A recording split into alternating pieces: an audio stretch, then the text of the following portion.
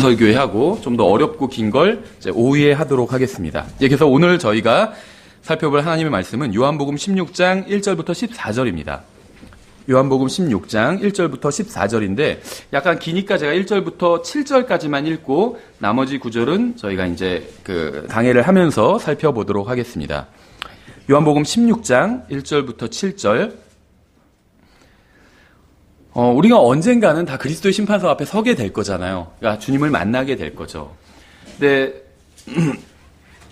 우리가 오늘 찬송가에서도 나온 것처럼 같이 찬양을 부른 것처럼 정말 인생 여정을 다 마치고 주님께서 인도하셨다, 예수님께서 인도하셨다 이렇게 얘기할 수 있다면, 예수님과 동행하는 인생이었다 이렇게 얘기할 수 있다면 정말 성공한 인생인 것 같아요.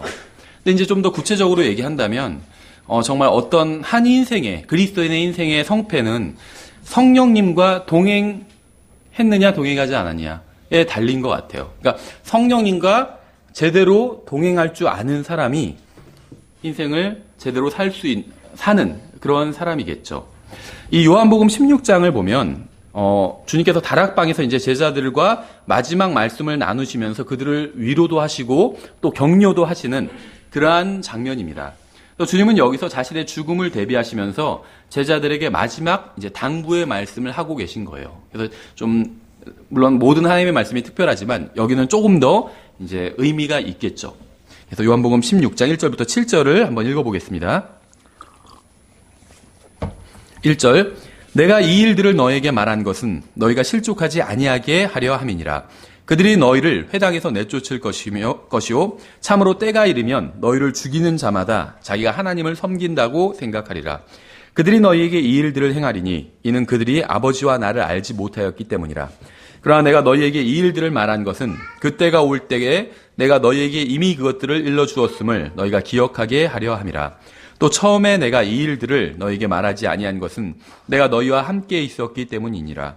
그러나 지금 내가 내 길로 나를 보내신 분에게로 가는데 너희 중에서 아무도 어디로 가시나이까 하고 내게 묻지 아니하고 도리어 내가 이 일들을 너희에게 말하였으므로 너희 마음에 근심이 가득하였도다.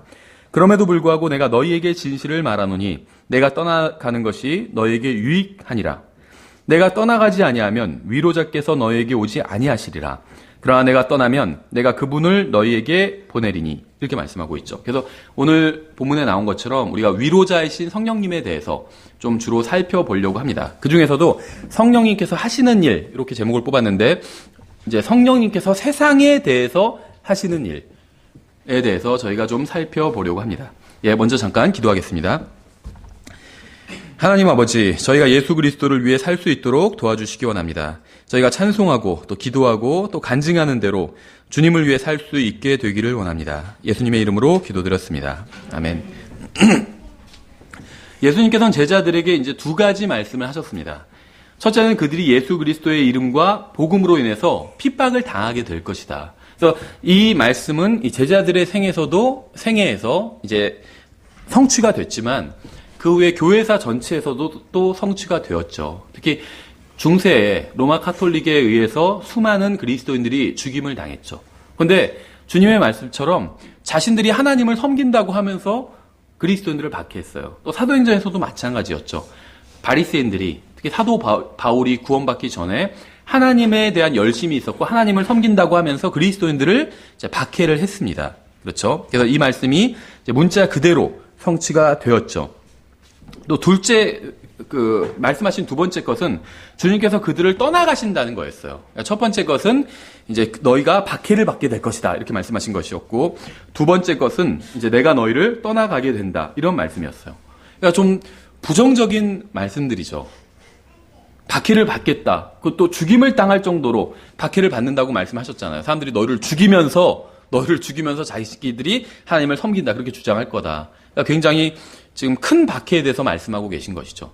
두 번째는 그런데 나는 너희를 떠나게 될 것이다. 또 이렇게 말씀하셨어요. 그러니까 두 가지 말씀하셨는데 두 가지가 다 굉장히 부정적인 말씀이었어요. 그래서 제자들이 그 말씀을 듣고 근심이 가득하게 되었다고 성경 말씀하고 있죠. 당연히 인간적인 입장에서 충분히 이해가 갈 것 같아요. 그렇죠.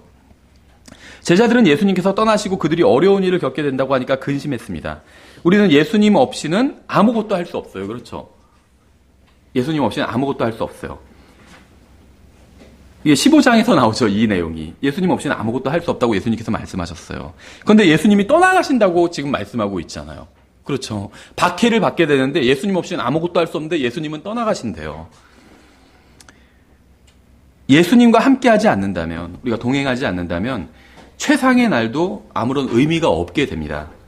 하지만 예수님과 함께라면 가장 힘든 최악의 날도 충분히 의미 있는 날이 될 수 있어요. 그렇죠. 우리가 이 세상에 살면서 좋은 날도 있고 안 좋은 날도 있잖아요. 근데 예수님과 동행하지 않는다면, 주님의 말씀대로 살지 않는다면, 주님의 말씀 안에 거하지 않는다면 아무리 이 세상에서 속된 말로 대박을 치는 날도 그리스도의 심판석에선 아무런 가치가 없는 날이라는 거예요. 근데 이 세상에서 뭔가 잘 안 풀린 날도 우리가 주님의 말씀 안에 거한다면 그리스도의 심판석에선 가치 있는 날로 계수가 될 수 있다는 거죠.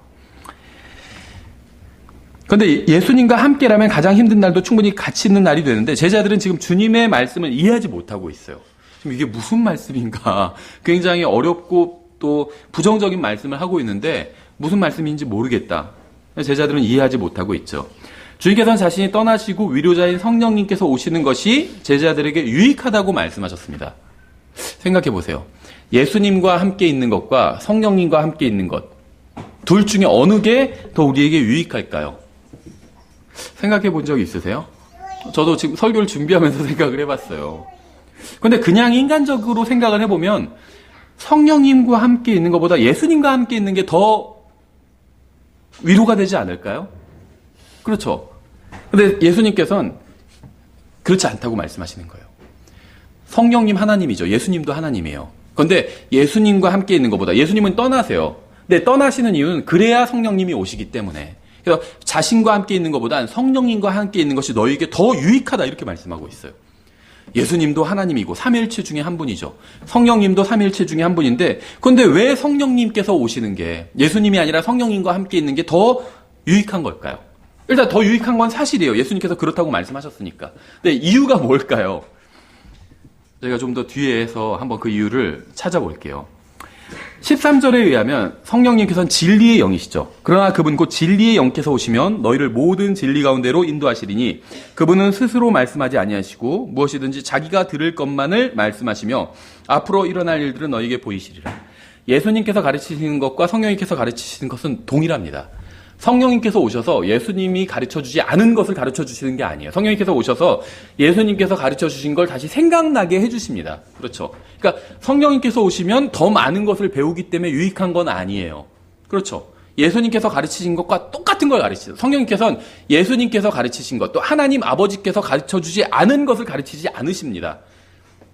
성령님께서는 항상 예수님께서 가르쳐주신 것, 하나님의 말씀 안에 있는 것만 가르쳐주세요. 생각나게 해주시고. 새로운 무엇인가를 가르쳐주지는 않으신다는 거예요. 그렇죠? 성경은 하나님은 오직 한 분이신데 그 한 분 하나님 안에는 아버지와 아들과 성령님께서 영원히 함께 존재하신다고 말씀하고 있어요. 우리가 이걸 다 이해할 수는 없지만 그냥 한번 어느 정도 한번 이해해 보기 위해서 이런 말씀을 드리는 겁니다. 이건 마치 트라이앵글과 같아요. 그러니까 세 면이죠. 트라이앵글은. 한 면이라도 없으면 트라이앵글이 아니에요. 다른 뭐라고 불러야 될지 모르지만 트라이앵글이 아닙니다. 트라이앵글은 세 면으로 이루어져 있습니다. 그러니까 아버지와 아들과 성령님이 한 하나님을 이루고 있는 거예요. 하나님은 한 분이신데 그 한 분 하나님 안에 아버지와 아들과 성령님 세 분이 들어 계시기 때문에 그렇죠. 그렇지만 아버지도 하나님이고 아들도 하나님이고 성령님도 하나님이에요. 다. 그런데 세 분이 하나님은 세 분이 아니라 하나님은 한 분인데 하나님 안에 세 분이 계신 것이죠. 요한일서 5장 7절에서 그렇게 말씀하고 있어요. 이 세 분은 하나이시니라 이렇게 말씀하고 있죠. 그러니까 요한일서 5장 7절이 없었다면 제가 세 분이라고 얘기하는 게 신성 모독적인 표현이 되겠지만 성경에 그렇게 기록해 놨기 때문에 맞는 표현인 것이죠. 그런데 그 하나님 세 분 중에서 그러니까 한 분 하나님 안에 있는 세 분 중에서 아들 하나님께서 인간의 몸을 입고 이 세상에 오셨고 성경은 바로 그분이 예수 그리스도다 이렇게 말씀하고 있죠. 예수님께서 많은 기적을 행하셨지만 사람들은 주님의 구원의 은혜와 주님의 능력을 이해하지 못했습니다. 세상은 주님의 말씀을 이해하지 못했어요. 주님은 십자가 위에서 엄청난 희생을 치르셨고 또 부활을 통해서 대단한 영광을 보여주셨지만 제자들까지도 이러한 것들이 무엇을 의미하는지 이해하지 못했습니다. 그렇죠. 그래서 십자가에 예수님께서 달리셨을 때 제자들은 그게 뭘 의미하는지 몰랐어요. 그렇죠. 예수님께서 부활하셨을 때도 제자들은 그게 뭘 의미하는지 몰랐습니다. 오히려 성경을 보면 의심했어요. 예수님께서 부활하셨는데 그걸 믿고 이 의미를 알고 믿은 것이 아니라 의심했다는 거예요. 정말 그분이 부활하셨을까 하고. 그렇죠. 왜 주님께서 돌아가셨고 부활하셨는지 이해하지도 못했고 또 부활을 목격한 증인들의 말도 무시했어요. 그렇죠. 인간이 셋째 하늘에 계신 하나님을 온전히 이해하기란 불가능한 일입니다. 하나님 자체도 이해하기가 힘들고 하나님의 말씀도 이해하기가 힘들고 하나님께서 행하신 일도 이해하기가 힘들어요. 그렇죠. 우리도 그럴 때가 많잖아요. 내 주변에서 일어나는 모든 일들은 어쨌든지 간에 하나님께서 허락하셔서 일어난 일들이에요. 근데 때로는 왜 이런 일이 일어나게 하셨지? 하고 이해가 안 될 때가 있어요. 그렇죠. 그러니까 인간이 하나님을 이해하기란 쉽지가 않다는 거예요. 하나님의 일도 하나님의 말씀도 하나님 자체도 인간의 지성을 뛰어넘는 분이기 때문에 하나님에 대한 모든 것을 다 이해할 수는 없다는 겁니다. 우리가 물론 하나님을 이해하기 위해서 알아가기 위해서 성경을 공부하지만 사실 하나님에 대한 모든 걸 이해할 수는 없다는 거예요. 그렇죠. 그분은 우리의 지성보다 훨씬 크신 분이기 때문에. 그래서 하나님께서 어떻게 하셨는 줄 아세요? 셋째 하늘에 계신 상태에서 인간이 하나님을 완전히 이해하게 하기가 불가능했어요. 그래서 하나님께서는 셋째 하늘에서 첫째 하늘을 거쳐서 이 세상으로 내려오셨죠. 인간의 모습으로 내려오셨습니다. 그래서 함께 대화를 나누시고 가르침을 주셨어요. 그렇죠. 기적을 행해 보여주시고 실제로. 그랬는데도 사람들은 여전히 하나님을 이해하지 못했어요. 복음서 읽어보면 예수님을 다 이해하고 있는 사람이 없어요. 제자들조차도 이해를 못했습니다. 수제자라고 하는 베드로도 이해를 못했죠. 예수님께서 십자가 위에서 죽으시러 가시겠다고 하니까 막 베드로가 말렸잖아요. 영어 성경에는 리뷰, 꾸짖었다고 나와 있어요. 예수님을 막 책망했다는 거예요. 그렇죠. 근데 생각해 보세요. 베드로는 예수님께서 십자가에 못 박히러 가신다고 하니까 말렸는데 만약에 예수님께서 십자가에 못 박혀 죽지 않으셨다면 우리는 죽어서 지옥에 가게 되는 거죠. 하늘나라에 갈 수가 없는 거예요. 그러니까 베드로조차도 수제자조차도 예수님을 이해하지 못했습니다. 그러니까 하나님께서 셋째 하늘에 계실 때 사람들이 하나님을 이해하지 못했어요. 너무 멀리 계신 분이기 때문에. 그래서 하나님께서 인간의 몸을 입고 이 세상으로 오셨습니다. 그러니까 가까이 오셨어요. 그렇죠.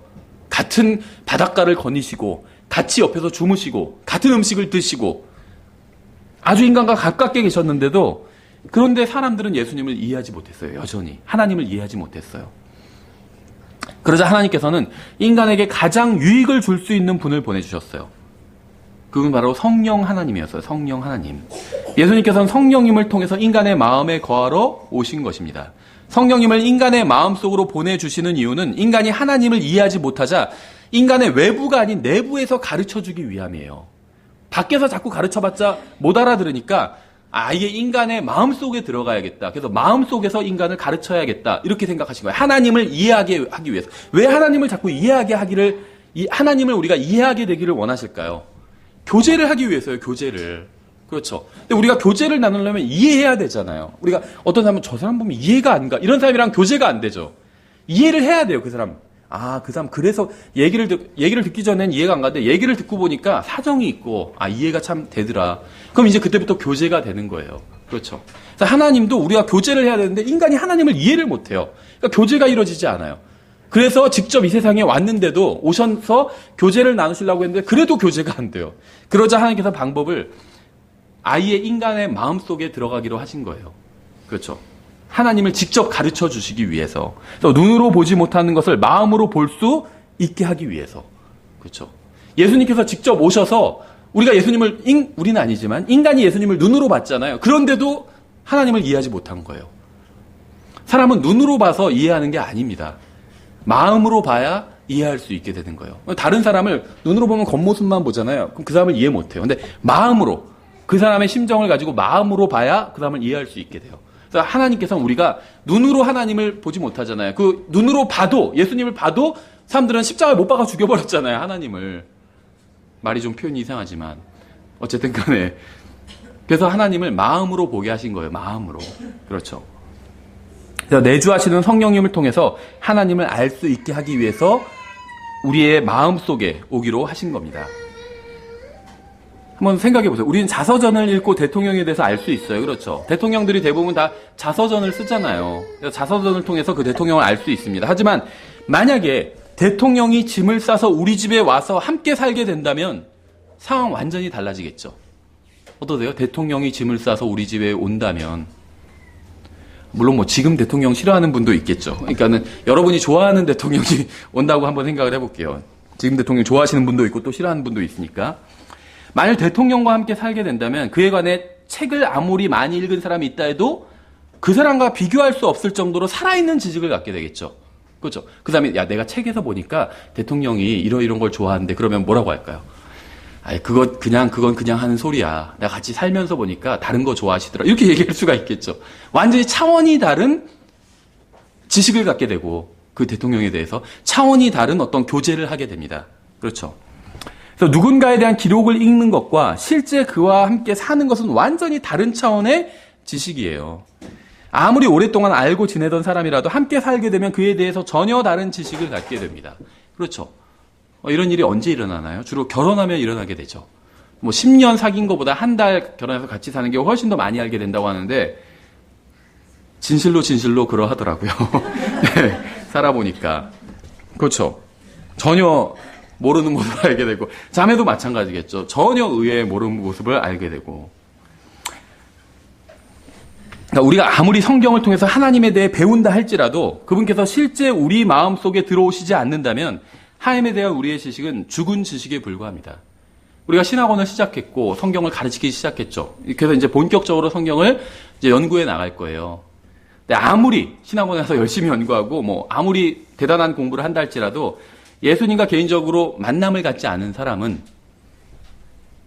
죽은 지식만을 갖게 된다는 거예요. 신학원에 와서 구원받지 않은 채로 신학원에 와서 공부하면, 그래도 공부하는 게 낫겠죠. 구원받지 않아도 신학원에 나와서 공부하는 게 좋아요. 교회에 나와서 하나님 말씀 배우는 게 좋은데, 근데 구원받지 않은 채로 하나님의 말씀을 배우면 죽은 지식만 갖게 된다는 겁니다. 그렇죠. 그래서 주님께서는 제자들을 떠나시고 성령님을 통해서 이번에는 그들 안에 거하러 오신 거예요. 직접 그들 안에. 그렇죠. 밖에서 가르치시니까 못 알아들으니까 이제 그 안으로 들어가신 거예요. 안에서 직접 가르치시기 위해서. 하나님께서는 아들을 통해서 세상의 죄를 제거하시고 인간의 문제를 해결해 주셨고, 또 성령님을 통해서 인간이 그것을 이해하게 해주셨습니다. 그렇죠. 그러니까 아들 하나님께서는 우리의 문제를 해결해 주셨어요. 우리가 믿건 믿지 않건 상관없이 사실은 우리의 모든 문제가 다 예수 그리스도 안에서 해결됐습니다. 궁극적으로 근심하실 건 없어요. 근심할 게 전혀 없다는 거 아니에요. 이 세상을 살면서 근심할 일들이 많이 있죠. 근데 궁극적으로 근심할 건 없다는 거예요. 왜냐하면 우리가 가지고 있는 문제가 영원한 문제는 아니기 때문에. 우리의 영원한 문제는 다 해결됐어요. 십자가에서. 그렇죠. 예수 그리스도께서 아들 하나님께서 다 해결해 주셨습니다. 근데 문제는 뭐냐면 우리의 영원한 문제가 다 해결됐는데도 우리가 그걸 모르면서 살고 있잖아요. 그렇죠. 알지만 또 때로는 잊고 살고 있죠. 다시 이 세상의 어떤 작은 일들에 막 마음이 빼앗겨서 어떤 작은 일이 일어나면 막 큰 일이 일어났다고 생각하면서, 사실은 그게 영혼의 관점에서 보면 큰 일이 아닌데 우리가 다시 그걸 잊어버리고 예수님께서 우리를 위해서 해주신 일, 그건 단순히 우리를 지옥에 가지 않게 해주신 일이 아니에요. 우리가 하늘나라에 가게 하신 건데, 단순히 또 하늘나라에 그냥 가게 하신 것이 아니라 하늘나라의 주인이신 하나님 아버지와 아들과 아버지의 관계를 맺게 해주신 거예요. 그렇죠. 단순히 빌 게이츠 집에 놀러 간 것과 빌 게이츠의 아들이 된 것, 이거는 완전히 다른 일 아닌가요? 그렇죠. 완전히 다른 일인 거예요. 영원히 우리의 문제, 생각해보세요. 빌 게이츠의 아들만 돼도 이 세상에서의 모든 문제가 해결되잖아요. 그렇지 않나요? 대부분 해결되죠. 하나님의 아들이 된 거예요. 이건 모든 문제가 해결된 거예요. 모든 문제가. 근데 문제는 뭐냐 하면, 모든 문제가 해결됐지만 그 사실을 내가 잊어버리고 산다는 거죠. 또 이해하지 못해요. 정말 예수님께서 내 모든 문제를 해결해 주셨나 이해하지 못하는데, 예수님께서는 우리의 모든 문제를 해결해 주셨고 성령님께서 오셔서 우리가 그것을 이해할 수 있게 도와주신다는 겁니다. 그렇죠? 그게 성령님께서 오신 목적이에요. 우리는 성령님을 통해서 주님께서 하시는 말씀과 선포하신 진리를 완전히 이해할 수 있게 되었습니다. 우리가 예수님에 대해서, 예수님께서 왜 십자가 위에서 죽으시고 또 무슨 일을 하셨고 그런 것들을 우리가 지금 이해하고 있잖아요. 어느 정도. 이건 우리가 똑똑해서 이해하고 있는 것이 아니라 성령님께서 우리 마음속에서 하나님의 말씀을 기억나게 해주셨기 때문이에요. 또 가르쳐 주셨기 때문입니다. 이건 정말 엄청나게 놀라운 일이에요. 성경에 의하면 여러분이 예수 그리스도를 자신의 구원자로 받아들이면 하나님은 더 이상 우주 저 멀리 셋째 하늘에 계신 분이나 아니면 2000년 전, 과거 오래전에 갈릴리 해변을 걷던 그런 분이 아니라 여러분 안에 계신 실제적인 분이 된다는 거예요. 생각해 보세요. 그래서 성령님께서 우리 안에, 내 마음에 들어오셨다는 게 이게 진짜 엄청난 일인 겁니다. 성령님께서 마음에 들어오지 않은 사람, 그러니까 다시 말하면 구원받지 않은 사람, 예수님을 영접하지 않은 사람은 그 사람한테 하나님은 셋째 하늘 너머에 계신 분이죠. 우주 저 멀리 갈 수도 없는 정말 그런 곳에 계신 분이. 아니면 아들 하나님은 2000년 전에 잠깐 방문하셨었잖아요. 그러니까 구원받지 않은 사람에게는 하나님이 아주 멀리 아니면 과거에 오래전에 계셨던 그런 분인데 구원받은 사람한테는 지금 내 안에 계신 분인 거예요. 그렇죠. 고린도전서는 구원받은 사람들을 대상으로 기록된 서신입니다. 다 아시는 구절이에요. 6장 19절 20절에 이렇게 말씀하고 있죠. 도대체 무슨 말이냐? 너희 몸이 너희가 하나님에게서 받은 바 너희 안에 계신 성령님의 전인 줄을 너희가 알지 못하느냐? 너희는 너희 자신의 것이 아니니 주께서 값을 치르고 너희를 사셨느니라. 그런즉 하나님의 것인 너희 몸과 너희 영으로 하나님께 영광을 돌리라. 어떤 분들은 그리스도의 몸 전체가 이제 주님께서 거하시는 전이다 이렇게 얘기하는 분도 있는데 물론 그건 맞아요. 근데 그것만 진리는 것은 아니죠. 우리 몸 각자의 몸이 그리스도께서 거하시는 성령의 전이에요. 하나의 큰 그리스도의 몸인 교회 전체도 성령님께서 거하시는 전이지만 우리 각자도 구원받은 사람들은 각자가 성령님의 전이라는 겁니다. 성경은 분명하게 구원받은 사람이 하나님의 성전이라고 말씀하고 있어요. 하나님 지금 어디에 계시나요? 아버지 하나님은 셋째 하늘에 계시죠. 하나님 삼위일체이기 때문에 이 한 분 한 분이 어디 계신가 우리가 생각해 본다면 아버지 하나님은 셋째 하늘에 계십니다. 그렇죠. 아들 하나님은 2000년 전에는 이 세상에 계셨지만 33년 반 동안 다시 하늘로 올라가셔서 지금은 아버지 하나님의 오른편에 계세요. 그리고 성령 하나님은 여러분이 구원받았다면 여러분의 몸 안에 거하십니다. 그렇죠? 너희 몸이 너희가 하나님에게서 받은 바 너희 안에 계신 하나님의 전인 줄 성령님의 전인 줄 알지 못하냐 이렇게 말씀하고 있잖아요. 여러분이 구원받았다면 성령 하나님께서는 여러분 몸 안에 계신 거예요. 그래서 성경이 여러분의 몸이 성령님의 전이라고 말씀하고 있는 거죠. 로마서 8장 9절에서도 같은 진리를 선포하고 있습니다. 그러나 너희 안에 하나님의 영께서 거하시면 너희가 육신 안에 있지 아니하고 성령 안에 있나니 이제 어떤 사람에게 그리스도의 영이 없으면 그는 그분의 사람이 아니니라. 이 구절은 많은 이단들의 오류를 바로잡아주고 있습니다. 어떤 은사주의자들은 사람이 예수 그리스도를 구원자로 받아들이면 구원받긴 하지만 어떤 은사가 없으면 방언의 은사나 예를 들면 그런 게 없으면 아직 성령님을 받은 것은 아니다. 이런 주장하는 은사주의자들 중에 이런 주장하는 사람들이 있어요. 그들은 구원과 성령님을 분리합니다. 하지만 그것은 성경의 가르침이 아니에요. 성경에 의하면 성령님이 없으면 그리스도도 없는 겁니다. 예수님을 받아들여서 소유하고 있으면 성령님을 소유하고 있는 거예요. 예수님은 받아들이고 성령님은 아직 받아들이지 않은 그럴 수는 없다는 겁니다. 여러분이 구원받았으면 여러분 안에는 성령님께서 거하시고 계시고 또 구원받지 않았으면 성령님께서 거하지 않은 겁니다. 그렇죠? 하나님의 영이 모든 곳에 편재해 있다고 생각하는 사람들도 있어요. 숲이나 나무나 강에 하나님의 영이 흐르고 있다고 또 깃들여 있다 이렇게 주장하는 사람들도 있습니다. 하지만 이것도 성경의 가르침이 아니죠. 구약 성경을 보면 아버지 하나님은 한 곳에 계속 계셨습니다. 하나님의 왕자 하늘에 계속 계셨어요. 아버지 하나님은. 하나님을 만나려면 그 왕자 앞으로 나아가야 했습니다. 천사들이나 그룹들 같은 영적인 존재들도 하나님께서 계신 왕자 앞으로 나아가서 하나님을 배웠죠. 욥기 2장에도 나와 있죠. 1장 2장에도 그런 이야기가. 예수님께서 인간의 몸을 입고 출생하셨을 때 그분은 베들레헴에 계셨어요. 그렇죠. 12살 때는 성전에 계신 적도 있었습니다. 배 위에 계셨던 적도 있었어요. 회당에 계셨던 적도 있었습니다. 주님은 인간의 몸을 입고 오셨을 때 한 번에 한 장소에 계실 수 있었어요. 아들 하나님은 모든 곳이 아닌 한 곳에 계셨습니다. 성령 하나님께서도 모든 곳에 계신 것은 아니에요. 그렇죠. 그분은 믿는 사람들의 몸 안에 거하고 계십니다. 예수님께서 인간의 몸으로 오셨을 때 한 번에 한 곳에 계실 수 있었지만 성령님께서는 믿는 사람들 안에 거하심으로 한 번에 여러 곳에 계실 수가 있어요. 예수님을 믿는 사람 안에는 성령님께서 거하시고 믿지 않는 사람 안에는 성령님께서 거하지 않으십니다. 이제 다시 요한복음 16장으로 돌아가서 7절에 그럼에도 불구하고 내가 너희에게 진실을 말하노니 내가 떠나가는 것이 너희에게 유익하니라. 내가 떠나가지 아니하면 위로자께서 너희에게 오지 아니하시리라. 그러나 내가 떠나면 내가 그분을 너희에게 보내리니 그분께서 오셔서 죄에 대하여 의에 대하여 심판에 대하여 세상을 꾸짖으시리라. 성령님께서 세상에 오셔서 믿는 사람들 안에 거하시면 세 가지 일을 하십니다. 그러니까 사람들을 개처럼 짖게 하시거나 아니면 알 수 없는 소리를 반복하게 하시거나 바닥에 누워서 뒹굴게 하시거나 아니면 뒤로 자빠지게 하시거나 부자가 되게 하시거나 복권에 당첨되게 하시는 것이 아니라 세 가지 특별한 일을 하게 하시는 거예요. 성령님께서 믿는 사람 안에 들어오시면 많은 일을 하시는데 그 중에서 세상에 대해서는 믿는 사람 안에서 역사하심을 통해서 세 가지 일을 믿는 사람이 하게 하신다는 겁니다. 그렇죠. 그분은 죄와 의와 심판에 대해서 세상을 꾸짖는 일을 하세요. 이것은 여러분의 마음 상태에 따라서 긍정적일 수도 있고 부정적일 수도 있습니다. 성령님께서는 세상에게 전하고자 하는 말씀을 가지고 계세요. 메시지를 가지고 계시다는 거예요. 세상에 선포할 메시지가 성령님께 있다는 겁니다. 세상을 꾸짖고자 하시는 거예요. 꾸짖고자. 그런데 세상은 과연 무엇을 의미하는 걸까요? 여기서 말하는 세상은 구원받지 못한 사람들을 의미합니다. 요한복음 3장 16절에 나온 것처럼 하나님께서 세상을 이처럼 사랑하사 구원받지 못한 세상에 있는 사람들 말하는 거죠. 자신의 독생자를 주셨으니 이것은 누구든지 그를 믿는 자는 멸망하지 않고 영존하는 생명을 얻게 하려 하심이라. 하나님께서는 세상을 꾸짖으려고 하십니다. 하지만 동시에 세상을 사랑하셨어요. 그렇죠. 그러니까 성경은 뭐라고 말씀하시냐면 성령 하나님께서 세상을 꾸짖고 계신다고 말씀하고 있어요. 근데 다른 곳에서는 세상을 사랑하셨다고 하나님께서 세상을 이처럼 사랑하사 이렇게 말씀하고 있잖아요. 그렇죠. 그러니까 따라서 우리가 결론 내릴 수 있는 게 하나님께서는 동시에 세상을 꾸짖고 또 사랑하신 거죠. 그래서 꾸짖는 것은 미움이 아닌 사랑과 관련이 있다는 거예요.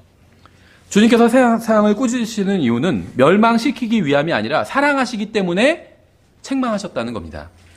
하나님께서는 온 세상이 구원받기를 원하셨어요. 그래서 온 세상을 위해서 죽도록 자신의 아들을 내어주신 겁니다. 그렇죠? 하나님께서 자신의 아들을 세상에 보내신 것은 세상을 정죄하려 하심이 아니요 그를 통해 세상을 구원하려 하심이라. 하나님께서 아들을 세상에 보내신 목적은 정죄하기 위함이 아니라 구원하기 위함이다 이렇게 말씀하고 있죠. 그를 믿는 자는 정죄를 받지 아니하거니와 믿지 않는 자는 하나님의 독생자의 아들을 믿지 아니하였으므로 이미 정죄를 받았느니라. 하나님께서는 세상을 정죄하기 위해서 아들을 보내신 것이 아니라 세상이 이미 정죄받은 상태였기 때문에 아들을 보내신 겁니다. 세상을 미워하기 때문에 아들을 보내신 것이 아니라 사랑하시기 때문에 아들을 보내신 거예요. 구원받게 하기 위해서. 다시 요한복음 16장으로 돌아가서 예수님은 죽기 위해서 이 세상에 오셨어요. 세상을 위해서 죽어주셨죠. 자신의 죽음을 통해서 세상이 구원받게 하려고 죽으신 겁니다. 하지만 세상에는 여전히 구원받지 못한 사람들로 넘쳐나고 있어요. 예수님께서 십자가 위에서 죽으셨을 때에도 아무도 그것을 통해서 구원받지 못했습니다. 죽음에서 부활하셨을 때도 아무도 그것을 통해서 구원받지 못했어요. 그렇죠? 와, 주님 부활하셨구나. 이제 우리 구원받았다. 이렇게 나온 사람 아무도 없었다는 거예요. 아버지 하나님께서는 세상을 구원하기 위해서 아들을 보내셨고 아들은 자신에게 맡겨진 일을 다 했지만 세상은 구원받지 못했다는 거예요. 생각해 보세요. 예수님께서 죽으시고 묻히시고 부활하셨어요. 그러면 아버지 하나님께서 아들 하나님을 세상에 보내신 그 목적이 다 성취된 거잖아요. 그렇죠? 죽으시고 묻히시고 부활하셨으니까. 그런데 아무도 구원받지 못했다는 거예요. 그 복음을 믿고 구원받은 사람이 없다는 거예요. 부활하신 날 아침에 아무도 구원받지 못했다는 겁니다. 그렇죠? 정죄받은 인간을 구원할 방법은 무엇이었을까요? 바로 성령님께서 오셔서 세상을 죄와 의와 심판에 대해서 꾸짖으시는 것이었어요. 9절에 죄에 대하여라 함은 그들이 나를 믿지 아니하기 때문이요. 이렇게 말씀하고 있죠. 만일 여러분 중에 아직 구원받지 못한 분이 있다면 성령님께서 하시는 말씀을 잘 들어보셔야 됩니다. 성령님께서는 여러분이 지옥에 가는 이유는 죄를 짓기 때문이 아니라고 말씀하고 있는 거예요. 그렇죠. 계시록에 보면 다 자기들이 지은 죄 때문에 불호수에 던져진다고 나와 있죠. 각자 행위대로. 근데 지금 그 계시록 큰 인왕자 심판이 열리기 전에는 지옥에 사람들이 가는 이유가 다른 거예요. 왠지 아세요? 지금은 기회가 있기 때문이에요. 기회가. 계시록에선 기회가 없어요. 지금은 사람들이 지옥에 가는 이유가 예수님을 믿지 않기 때문입니다. 근데 계시록 큰 인왕자 심판석에선 예수님을 믿지 않기 때문이 아니에요. 왜냐하면 더 이상 그럴 기회가 없기 때문에. 그래서 그 사람들이 지옥에 가는 이유는 각자 자기 행위대로 죄를 지었기 때문에 지옥에 가는 거예요. 그 죄의 삭을 받기 위해서. 둘째 사망, 죄의 삭은 사망이잖아요. 근데 지금 이 시대에는 누군가 지옥에 간다면 죄 때문에 지옥에 가는 것이 아니라는 겁니다. 그렇죠? 예수님을 믿지 않기 때문에 지옥에 가는 거예요. 성령께서는 여러분이 지옥에 가는 이유는 죄를 짓기 때문이 아니라고 말씀하시는 거예요. 술을 마시고 담배를 피우기 때문에 지옥에 가는 것이 아니라는 겁니다. 도둑질을 하기 때문도 아니고 간음을 하거나 음행을 하기 때문도 아니라는 거예요. 물론 이런 것들은 하나님의 의에 반하는 것들이 것들이긴 하지만 하나님의 은혜로 지옥에 가는 사람들은 이러한 것들을 이유로 지옥에 가지 않게 되었다는 겁니다. 그렇죠. 성령님께서는 죄에 대해 말씀하시면서 그 죄는 바로 예수 그리스도를 믿지 않는 것이라고 선언하고 계세요. 죄를 그만둔다고 구원받게 되는 게 아니라는 거예요. 그래서 그렇죠. 왜냐하면 우리가 실제로 지은 죄 때문에 지옥 가는 것이 아니기 때문에, 지금 죽어서 지옥에 가는 사람들은 예수 그리스도를 믿지 않기 때문에 지옥에 가기 때문에, 그렇죠. 그래서 죄를 그만둔다고 해서 구원받게 되지 않는다는 거예요. 예수님을 믿기 전에는. 술이나 담배를 끊는다고 해서 구원받게 되는 것이 아니라는 겁니다. 거짓말을 그만두거나 남을 속이지 않는다고 해서 지옥에 가지 않게 되는 것이 아니라는 거예요. 그러한 죄를 짓지 않는 것은 좋은 일이지만 그렇다고 해서 구원받는 것이 아니라는 겁니다. 하나님께서는 자신의 아들을 십자가에 못 박으심으로 우리 모두의 죄값을 치르게 하셨어요. 이분을 받아들이느냐 받아들이지 않느냐는 굉장히 중요한 문제입니다. 아무리 교회 생활을 오래 하고 봉사를 많이 하고 헌금을 많이 하고 전도를 많이 해도 그분을 받아들인 적이 없으면 구원받지 못한 거예요. 세상을 지옥으로 보내는 죄는 바로 예수님을 받아들이지 않는 죄이기 때문에, 다른 모든 죄는 예수 그리스도의 십자가 대속을 통해서 용서받을 수 있어요. 용서받을 수 없는 한 가지 죄가 있습니다. 그건 예수님을 믿지 않는 죄예요. 그렇죠. 그분을 구원자로 받아들이지 않으면 어떤 죄도 용서받을 수 없습니다. 예수님을 구원자로 받아들이면 모든 죄가 용서받지만 예수님을 구원자로 받아들이지 않으면 아무리 작은 죄라도 어떤 죄라도 용서받을 수 없게 된다는 거예요. 그렇죠. 따라서 성령님께서 이 세상을 다루실 때 책망하시는 죄가 바로 예수 그리스도를 구원자로 받아들이지 않은 죄, 이것부터 책망하시는 겁니다. 성령님께서 구원받지 못한 사람들에게 요구하시는 것은 단 하나밖에 없어요. 술을 끊거나 담배를 끊거나 그런 것이 아니에요. 예수 그리스도를 구원자로 받아들인, 그걸 원하시는 거예요. 왜냐하면 술을 끊어도 그 사람 죽으면 여전히 지옥에 가기 때문에. 그래서 구원받지 않은 사람에게 성령님께서 원하시는 것은 하나밖에 없어요. 술을 끊어도 지옥에 가고 담배를 끊어도 지옥에 가고 도둑질을 멈춰도 지옥에 갑니다. 예수 그리스도를 받아들이면 지옥에 가지 않아요. 그렇죠. 그래서 예수 그리스도를 믿지 않는 불신이 바로 사람을 지옥으로 보내는 죄이기 때문에, 저는 다른 죄 괜찮다는 게 아니에요. 술 마시고 담배 피고 도둑질하고 다 괜찮다는 게 아닙니다. 그런 거 하지 말아야 돼요. 하지만 그런 걸 끊는다고 해서 지옥으로부터 건짐을 받는 것은 아니라는 거예요. 예수님을 거부하는 그 죄를 그만둬야 된다는 겁니다. 예수님을 받아들여야 된다는 거예요. 그것만이 구원받을 수 있는 유일한 방법이기 때문에. 10절, 의에 대하여라 함은 내가 내 아버지께로 가므로 너희가 더 이상 나를 보지 못하기 때문이요. 이렇게 말씀하고 있죠. 성령님께서는 의에 대해서 꾸짖으실 것입니다. 인간이 자신의 기준으로 하나님께서 받으시는 의를 정의할 수는 없어요. 그렇죠. 근데 지금 여기서 의에 대하여 하면서 예수님께서 하나님 아버지께로 가는 것, 이것이 의에 관한 거래요. 그렇죠. 그러니까 죄에 관한 것은 무엇이냐면 사람들이 예수님을 믿지 않는 것, 이것이 죄에 관한 것이라고 말씀하고 있죠. 근데 의에 관한 것은 예수님께서 하나님 아버지께로 가는 것이 의에 관한 것이래요. 이게 이해가 되시나요? 예수님께서 하나님 아버지께로 가는 것이 의에 관한 것이래요. 근데 이제 주의할 것이 무엇이냐면, 인간이 나의 기준으로 하나님의 의를, 하나님께서 받아주시는 의를 정할 수는 없다는 거예요. 그렇죠. 왜냐하면 하나님은 나보다 훨씬 더 크신 분이기 때문에 내가 하나님의 의의 기준을 따라야지, 하나님께서, 하나님, 이건 의가 아닌데요? 예수님께서 아버지께 가는 게 뭐가 의예요? 그게 아니라 이 세상에서 올바르게 사는 것, 이게 의죠. 이렇게 내가 강요할 수가 없다는 거예요. 내가 하나님보다 더 큰 존재가 아니기 때문에. 그렇죠. 하나님의 기준은 예수 그리스도입니다. 하나님의 의의 기준은 셋째 하늘에 있는 아버지 오른편에 계신 예수 그리스도예요. 모든 사람이 죄를 지어서 하나님의 영광에 이르지 못했죠. 아무도 하나님께 가지 못했다는 거예요. 예수 그리스도께서는 하나님의 영광에 이르셨어요. 그렇죠. 하나님 아버지께 가셨습니다. 이게 의에 관해서 책망하시는 거예요. 아무도 하나님 아버지께 갈 수가 없는데 예수님은 가셨잖아요. 왜냐하면 예수님은 하나님께서 원하시는 그 의를 가지고 계셨기 때문에 갈 수 있었어요. 그래서 이게 의에 대한 말씀이에요. 예수님이 아버지께로 가시는 것, 이게 의에 대한 말씀이 되는 거예요. 그렇지 않나요? 하나님은 우리의 의의 기준에는 관심이 없으십니다. 우리가 여기서 뭐 다른 사람보다 좀 더 의롭게 살고 뭐 뭘 바르게 하고, 사실 이런 거엔 관심이 전혀 없으시다는 거예요. 우리가 우리보다 더 나쁜 사람들보다 조금 나은 의를 가지고 있다는 점에도 아무런 관심이 없으세요. 그렇죠. 뉴스에 나오는 그런 심각한 범죄자들보다 우리가 더 낫잖아요. 근데 그게 하나님 앞에선 아무것도 아니라는 겁니다. 그렇죠. 하나님께서 받으시는 유일한 의는 예수 그리스도예요. 예수 그리스도. 예수 그리스도의 의입니다. 주님께서는 세상이 이러한 사실을 알기를 원하시는 거예요. 너희들이 이 세상에 조금 더 바르게 살고 이런 게 아니라 하나님 앞에 갈 수 있어야 된다. 근데 하나님 앞에 가기 위해선 예수 그리스도만이 갈 수 있다. 그분의 의와 예수님의 의와 똑같아야지 하나님께 갈 수 있다. 그분의 예수님의 의를 능가해야지 하나님께 갈 수 있다. 그래서 의에 대하여라 하면 예수님께서 자신이 하나님 아버지께로 가는 것이다. 이게 의에 대하여라 이렇게 말씀하고 계신 거예요. 이해를 하시겠나요? 그렇죠. 그래서 성령님께서는 세상이 알기를 원하시는 게 무엇이냐면 바로 자기들의 의를 내세우지 말고 예수 그리스도를 받아들이라는 거예요. 왜냐하면 그분이 하나님의 의이기 때문에. 그렇죠. 고린도전서 1장에도 나오잖아요. 우리가 하나님께로부터 의를 받았다고 말씀하고 있거든요. 근데 하나님께 우리가 구원도 받고 의도 받고 뭐 생명도 영원한 생명도 받고 많이 받았잖아요. 그게 뭐 다양한 게 아니에요. 예수 그리스도예요. 하나님의 의는 예수 그리스도거든요. 하나님의 구원은 어떤 것 안에 있는 것이 아니라 예수님 안에 있어요. 예수님께서 계시면 구원이 있는 거고 예수님 없으면 구원이 없는 거예요. 근데 우리는 왜 구원을 받았는 줄 아세요? 우리 안에 예수님이 계시기 때문이에요. 그렇죠? 그래서 하나님의 의도 예수님이고 하나님의 구원도 예수님이고 영원한 생명도 예수님이에요. 그래서 의에 대하라면 하나님의 의인 예수 그리스도께서 아버지께로 간 것, 이게 하나님께서 보실 땐 의로운 거예요. 의고. 그래서 하나님께서는 세상이 이걸 알기를 원하시는 거예요. 예수님을 믿지 않으면 지옥에 가는 걸 알기를 원하시는 것처럼 예수 그리스도가 하나님의 의라는 걸 알기를 원하시는 거예요. 그래서 하나님 앞에서 의로워질 수 있는 유일한 방법은 그 예수 그리스도를 받아들이는 것밖에 없어요. 그것 외에는 우리가 뭐가 의롭고 나는 그래도 무슨 좋은 일을 했는데요. 뭐 기부금을 얼마를 기부를 했고 뭐 누구를 밥을 사주고 그건 하나님께 관심이 없어요. 그런 의는. 그렇죠. 그래서 의에 대하라 하면 예수님께서 아버지께로 가는 것. 이게 의라고 말씀하고 있는 겁니다.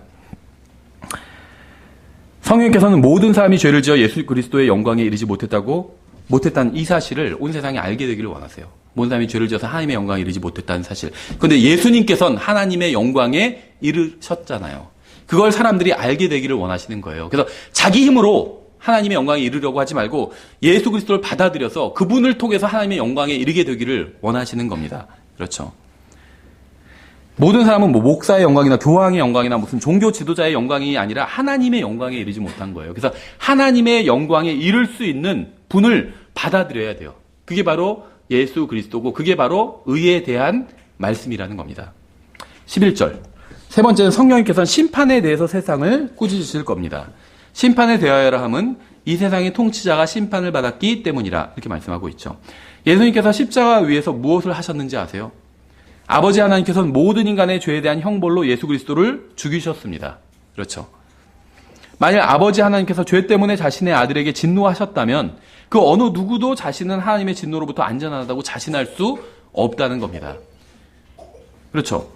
이 세상의 통치자는 갈보리에서 심판받았어요. 갈보리 십자가가 무엇을 의미하는지 아세요? 하나님께서는 자신의 아들이라도 죄에 대해서는 단호하게 심판한다는 사실을 의미합니다. 그렇죠. 십자가는 하나님이 자신의 아들을 심판하실 정도로 거룩하신 분이라는 사실을 보여줘요. 예수님께서 우리의 죄가 예수님 위에 얹어졌잖아요. 예수님 안에. 성경에서 on이라는 표현도 쓰고 in이라는 표현도 쓰거든요. 그분께서 자신의 몸으로 할 때 in his own body 이렇게 말씀하고 있어요. 그러니까 예수님께서는 우리의 죄를, 온 세상의 죄를 자신의 몸 위에 on, 또 자신의 몸 안에 in his own body. 근데 이제 우리 성경에서는 자신의 몸으로 이렇게 번역했는데 영어에서는 in이라고 돼 있어요. in. 우리의 죄가 예수님의 몸 안에 들어간 거예요. 그러니까 하나님 앞에서 예수님은 죄인 정도가 아니라 죄 자체가 되신 거예요. 죄 자체가. 그렇죠. 우리가 노래 부르거나 뭐 얘기하거나 할 때 예수님은 우리를 위해서 죄인이 되셨다 이렇게 얘기하는데 그게 뭐 틀린 말은 아니지만 성경은 그렇게 말씀하고 있지 않아요. 예수님은 우리를 위해서 죄인이 되신 것이 아니라 죄가 되셨어요. 죄. 죄인과 죄는 굉장히 달라요. 이런 말이 있잖아요. 죄는 미워해도 뭐 죄인은 미워하지 말라 이런 말이 있죠. 이해가 가죠. 어떤 사람이 무슨 죄를 졌다는 기사를 예를 들면 형법전 형법 교과서에서도 딸이 아버지를 남자친구와 공모해서 죽인 유명한 사건이 있어요. 그러니까 그 사건만 보면 천인 공로할 노릇이죠. 어떻게 딸이 남자친구와 공모해서 아버지를 죽인 거예요. 근데 어떤 비하인드 스토리가 있었냐면 딸이 어릴 때부터 아버지한테 성폭행을 당해왔어요. 20년 이상을. 그래서 남자친구가 그 사실을 알고 같이 죽이기로 공모한 거예요. 그러니까 그 얘기를 들으면 이해는 잘했다는 게 아니라 이해는 가죠. 그냥 그 얘기 없이 딸이 아버지를 죽였어 이러면은 어떻게 그런 딸이 다 있을까 이렇게 생각하는데 20년간 성폭행을 당했다는 얘기를 듣고 나니까 이해가 가요. 그렇죠. 아, 그럴 수도 있겠구나. 동정이 돼요. 그렇죠. 그러니까 죄는 나쁘지만 그 죄인은 이해가 가요. 그렇죠. 그런 경우가 있죠. 근데 성경은 예수님이 죄인이 되었다고 말씀하고 있는 게 아니라 죄가 되었다고 말씀하고 있어요. 이건 완전 하나님 앞에서 최악이 된 거예요. 그렇죠. 근데 하나님께서는 죄가 된 자신의 사랑하는 아들인 예수 그리스도께서 우리 위해서 죄가 되셨을 때 심판하셨다는 겁니다. 그러니까 하나님께서 자신의 아들을 심판하셨다면 어느 누구도 하나님의 심판을 피해갈 수 없다는 거예요. 그렇죠. 자기의 아들도 봐주지 않았는데 누굴 봐주겠어요. 누구를. 그래서 십자가는 하나님의 의를 보여줍니다. 죄에 대해선 자신의 아들이 사랑하는 아들이라 내가 매우 기뻐한다고 하셨잖아요. 예수 그리스도에 대해서. 근데 그 매우 기뻐하는 사랑하는 아들이라 할지라도 봐주지 않는다. 심판한다. 이것을 보여준다는 겁니다. 이것이 바로 세상을 향한 성령님의 메시지예요. 만약 여러분이 구원받지 못했다면 성령님은 여러분이 어떤 교회를 다니든지에 대해서는 전혀 관심이 없으십니다. 구원받지 못했다면 뭐 천주교회 다니건 개신교회 다니건 독립침례교회 다니건 절에 다니건 이슬람 사원에 다니건 전혀 그건 상관이 없어요. 구원받지 못한 사람들은 자신이 예수 그리스도를 거부한다는 것이 어떤 의미인지 반드시 알아야 됩니다. 자신의 의가 하나님의 의와 견주어 기울어지지 않아야 정죄를 피할 수 있다는 사실을 알아야 돼요. 하나님께서는 자신의 아들도 심판하셨다는 사실을 안다면 하나님의 심판을 피할 방법은 전혀 없구나 이렇게 깨닫게 되겠죠. 왜 성령님께서 죄와 의와 심판에 대해서 세상을 꾸짖으시는지 아세요? 이 세 가지는 세상이 구원받기 전엔 결코 받아들이지 않는 것이기 때문이에요. 당신은 죄인입니다. 이거 받아들이지 않아요. 그렇죠. 예수 그리스도만이 유일한 하나님의 앞에서 의롭게 될 수 있는 방법입니다. 이것도 받아들이지 않죠. 심판에 대해서도 받아들이지 않아요. 그렇죠. 당신이 죽으면 심판받게 될 겁니다. 다 받아들이지 않아요. 그렇죠. 이 세 가지를 받아들이는 사람은 구원받은 사람이에요. 죄와 의와 심판에 대한 말씀을 더 이상 부정적으로 계속 구원받고 나서는 생각하지 않게 된다는 거죠. 그렇죠. 오히려 감사가 넘쳐요. 그렇죠. 요한복음 16장은 주님께서 제자들에게 성령님에 대해서 가르치시는 장입니다. 그런데 왜 부정적인 면을 언급하시면서 이야기를 시작하고 계실까요? 내주하시는 성령님에 대해 말씀하시면서 제자들이 받을 고난과 죽음에 대해서 말씀하고 있죠. 2절에서.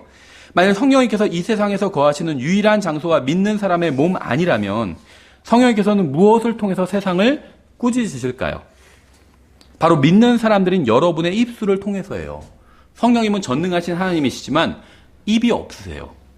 생각해 보신 적 있으세요? 아들 하나님은 입을 갖고 계시죠. 아버지 하나님도 입이. 그런데 아들 하나님은 셋째 하늘에 계시잖아요. 이 세상에 계신 분은 성령 하나님이신데 성령 하나님은 입이나 혀나 이빨이나 목소리나 이런 게 없으신 분입니다. 그렇죠. 그래서 성령의 목소리를 들었다 이렇게 얘기한 건 다 거짓말이에요. 성령 하나님은 입이 없어. 차라리 예수님의 목소리를 들었다. 그러면 그것도 거짓말일 확률이 있지만 차라리 그럴듯한데 예수님은 입과 이빨과 혀가 있어요. 목소리를 가지고 계십니다. 근데 성령 하나님은 그런 게 없으세요. 성령 하나님은 그렇죠.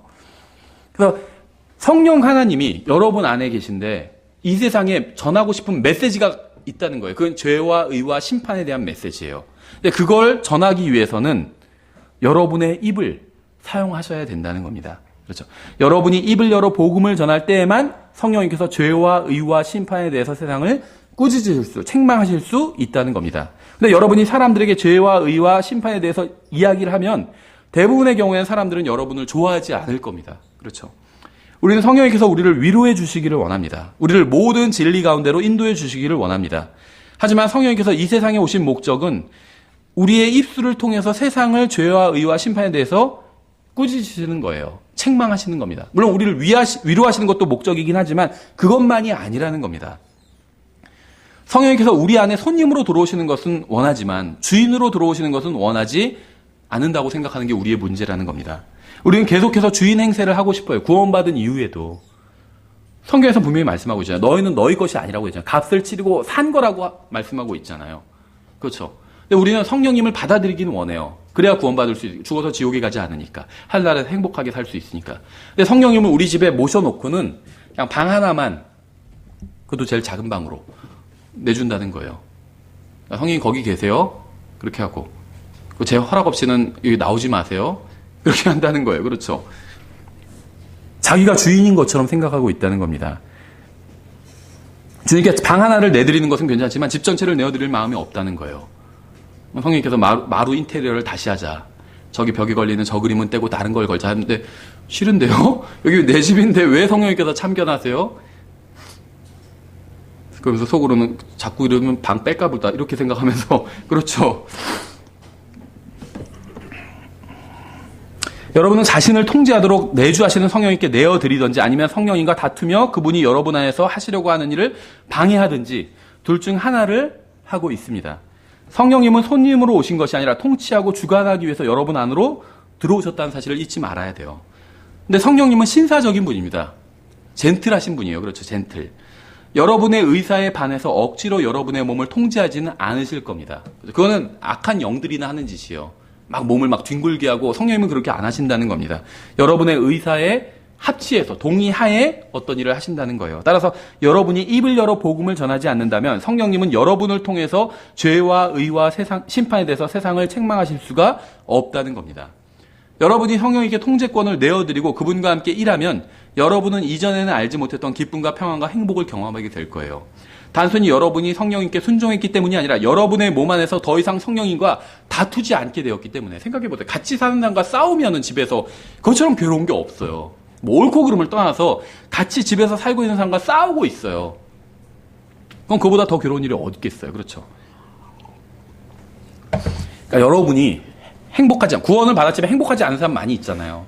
행복하지 않은 이유가 첫 번째 이유는 무엇이냐면 성령님께 완전히 내어드리지 않았기 때문이에요. 같이 한 집에 성령님과 살고는 있는데 이 몸이라는 한 집에 성령님과 함께 살고는 있는데 싸우고 있기 때문이에요. 이 몸 안에서 성령님과 내가 화목하게 지내지 않고 있는 거예요. 그래서 괴로운 거예요. 성령님과 화목하면 인생이 괴롭지 않습니다. 정말 행복해요. 제가 장담할 테니까 한번 해보세요. 성령이가 완전히 화해를 해보세요. 모든 것을 다 내어드려야지 화해가 돼요. 성령님께. 그러면 인생이 행복해질 거예요. 성령님은 죄와 의에 대해서 세상에 말씀을 선포하기를 원하십니다.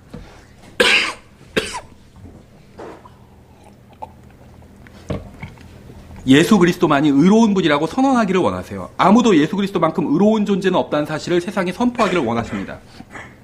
하지만 혀와 입은 가지고 계시지 않기 때문에 여러분과 저의 혀와 입을 사용하기를 원하시는 거예요. 여러분과 저의 목소리로 이 세상의 죄와 의와 심판에 대해서 진리를 선포하기를 원하시는 겁니다. 만약 성령님께서 거하시는 우리가 복음을 전하지 않는다면 아무도 전하지 않을 거예요. 그렇죠? 우리가 복음을 전하면 세상은 우리를 미워할 겁니다. 우리가 세상의 미움을 받기 싫어서 복음을 전하지 않으면 세상은 더욱더 깊은 죄와 절망과 어둠과 지옥으로 빠지게 될 겁니다.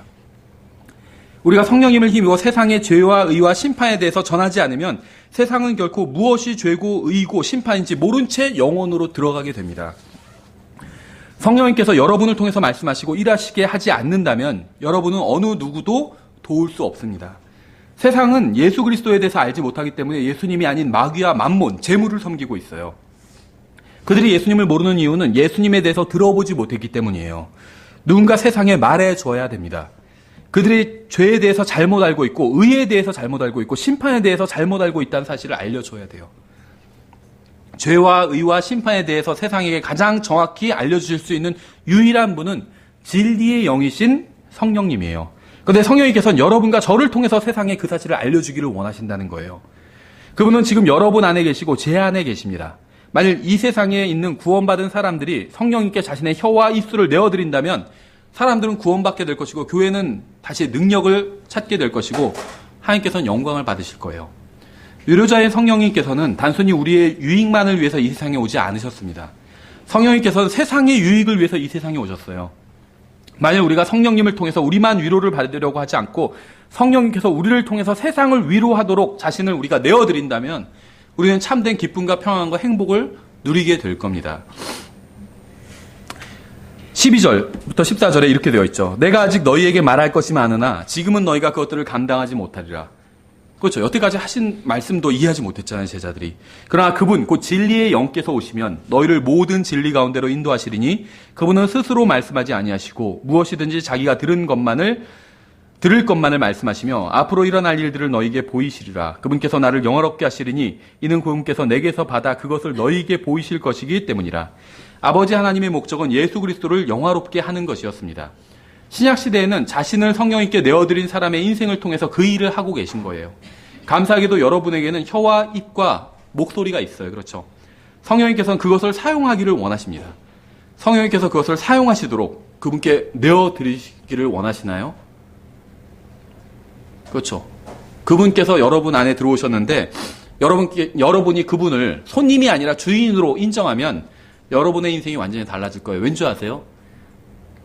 여러분이 자신을 성령님께 내어드리면 이제는 여러분 자신만의 인생이 아니라 성령님이 인도하시는 인생이 되기 때문에 인생은 완전히 달라질 거예요.